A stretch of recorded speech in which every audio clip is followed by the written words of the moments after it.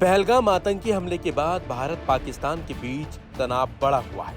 हमले के बाद से ही भारत पाकिस्तान पर लगातार एक्शन भी ले रहा है और पाकिस्तान के खिलाफ अब आगे क्या कार्रवाई करनी है, इसे लेकर भी भारत में लगातार बैठकों का दौर जारी है। रक्षा मंत्रालय से लेकर गृह मंत्रालय में पाकिस्तान और आतंक को तबाह करने की रणनीति बन रही है। इसी बीच केंद्रीय गृह मंत्रालय ने कई बड़े और सख्त कदम भी उठाए हैं। जानकारी के मुताबिक गृह मंत्रालय ने कई राज्यों को मॉक ड्रिल करने के निर्देश दिए हैं।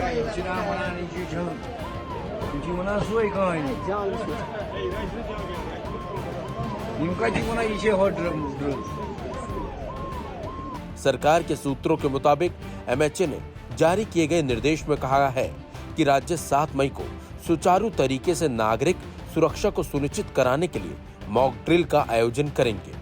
केंद्र सरकार द्वारा जारी किए गए इस आदेश की टाइमिंग काफी अहम है, क्योंकि निर्देश ऐसे समय में जारी किए गए हैं जब भारत और पाकिस्तान के बीच तनाव अपने चरम पर है और देश में कभी भी जंग छिड़ने जैसा माहौल है। पिछली बार ऐसा अभ्यास 1971 में किया गया था, जिस साल भारत और पाकिस्तान के बीच युद्ध हुआ था। केंद्रीय गृह मंत्रालय द्वारा राज्यों को भेजे गए निर्देश में अलग अलग तरह के मॉक ड्रिल करने के निर्देश दिए गए हैं।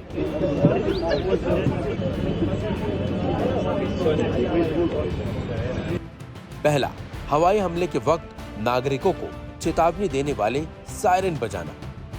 दूसरा, दुश्मन देश के हमले की स्थिति में खुद को बचाने के लिए और सुरक्षा के मानक अपनाने के लिए नागरिकों, छात्रों को ट्रेनिंग देना। तीसरा, हमले की स्थिति में कैसे बचें, उसके उपायों के बारे में लोगों को बताना और ट्रेनिंग देना। चौथा, महत्वपूर्ण संयंत्रों, प्रतिष्ठानों को युद्ध के समय हमले से बचाने और संरक्षित करने की कोशिश करना और उसके लिए ट्रेनिंग देना। पांचवा, हमले के समय निकासी योजना को लागू करने और उसका पूर्वाभ्यास करना।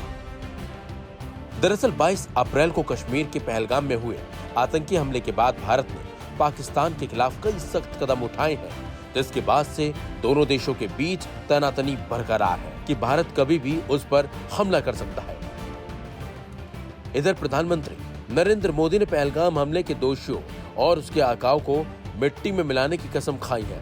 आपको बता दें, इस हमले में 26 लोगों की जान चली गई थी। लेकिन हैरानी की बात तो यह है कि इतना कुछ होने के बाद भी पाकिस्तान सुधरने का नाम नहीं ले रहा। सख्त एक्शन के बाद भी पाकिस्तान लगातार सीज फायर का उल्लंघन कर रहा है। पिछली 11 रातों तक लगातार पाकिस्तानी सेना ने नियंत्रण रेखा पर भारतीय चौकियों पर गोलीबारी की। भारत ने भी इस्लामाबाद की बार बार सीमा पार से की गई गोलीबारी का कड़ा जवाब दिया है। साथ ही भारतीय सेना ने साफ कर दिया है कि सीज फायर का दुश्मन को मुंहतोड़ जवाब दिया जा रहा है। लेकिन जिस तरीके से भारत अब एक्शन में है, ऐसे माना जा रहा है कि कभी भी कुछ भी बड़ा हो सकता है। जिस देश में युद्ध की स्थिति पैदा होती है और जिस देश को युद्ध का अनुभव नहीं है, हमको तो 1971 का युद्ध का अनुभव है, बाद में कारगिल का अनुभव है। कारगिल का युद्ध एक जगह पर हो गया था, लेकिन अगर पूरा देश युद्ध का सामना कर रहा है तो इस प्रकार से मॉक ड्रिल अगर सरकार करना चाहती है तो ठीक है। लेकिन मॉक ड्रिल क्या होता है?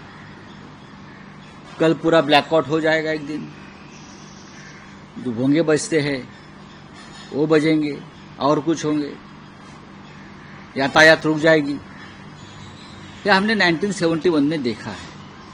उस वक्त तो कम्युनिकेशन के कुछ साधन नहीं थे, अभी है। आप लोगों को दर दिन बता सकते हो क्या करना है क्या नहीं करना। जैसे आपने कोरोना काल में किया था, कोरोना में युद्ध था, सबसे बड़ा युद्ध था इस देश का, हमने किया है। लेकिन उस वक्त मोदी जी ने कहा था थालियां बजाओ, तालियां बजाओ उस युद्ध के खिलाफ लड़ने के लिए, उससे कुछ नहीं हुआ, बढ़ता गया। अभी असली युद्ध है। अब सिर्फ मोदी जी की 56 इंच का सेना नहीं दिखेगा, तो देश का दिखेगा, देश का हर नागरिक का दिखेगा और सरकार का दिखेगा। लेकिन युद्ध के बाद जो परिस्थिति पैदा होती है, युद्ध तो होता है, गोलियां चलेगी, बम डालेंगे, आप घुसेंगे। कुछ लोग तो अभी लाहौर में जाकर पतंजलि का फैक्ट्री डालना चाहते हैं वो भी करेंगे, जमीन ताबे में लेंगे।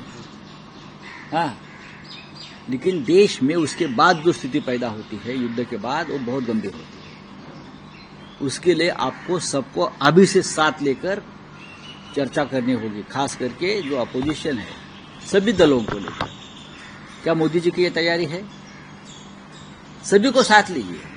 अगर आप सचमुच युद्ध करना चाहते हो, मॉक ड्रिल नहीं युद्ध करना चाहते हो, तो सबको साथ लेना चाहिए। आपको सबसे बातचीत निरंतर करनी चाहिए। राहुल गांधी जी ने कहा है कि विशेष सत्र बुलाइए, हमारी ये मांग पहले से रही है, बातचीत करिए।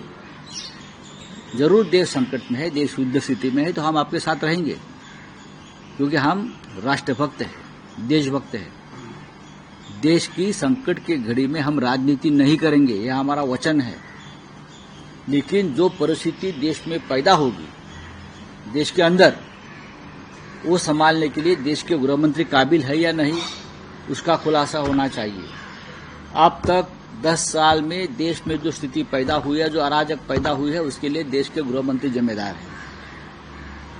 तो आपको ये बदलाव करने पड़ेंगे, सरकार में बदलाव करने पड़ेंगे। जब लल्लू पंजू जो बैठे हैं ना आपके चमचे, उससे युद्ध के बाद की स्थिति कंट्रोल नहीं होगी। आपको शायद राष्ट्रीय सरकार बनानी पड़ेगी, एक नेशनल गवर्नमेंट बनाना पड़ेगा। आपको लगता है कि मैं और मेरे चेले चपाटे देश को संभालूंगा युद्ध के बाद, ये नहीं होता है। एक नेशनल गवर्नमेंट बनानी पड़ेगी युद्ध के बाद, उस समय, और सबको साथ लेकर युद्ध स्थिति का सामना करना पड़ेगा। क्योंकि पाकिस्तान जिस तरह से धमका रहा है, मैं सच बोल रहा हूं, चाइना जिस तरह से पाकिस्तान के पीछे खड़ी है, ये पुतिन बितिन तो बहुत दूर है, जापान भी बहुत दूर है, हमारे बॉर्डर पर चाइना है। ये लोग पाकिस्तान के साथ खड़े हैं। चाइना हमारा दुश्मन है, दो दुश्मन एक साथ आ रहे हैं। तो ये स्थिति को संभालने के लिए प्रधानमंत्री को भाजपा की सरकार नहीं चलानी है, देश की सरकार चलानी है। और इसलिए उनको सरकार में बदलाव भी करने पड़ेंगे। जो कमजोर लोग हैं, गृह मंत्री जैसे, जो कारस्तानी लोग हैं, उनको हटाना पड़ेगा।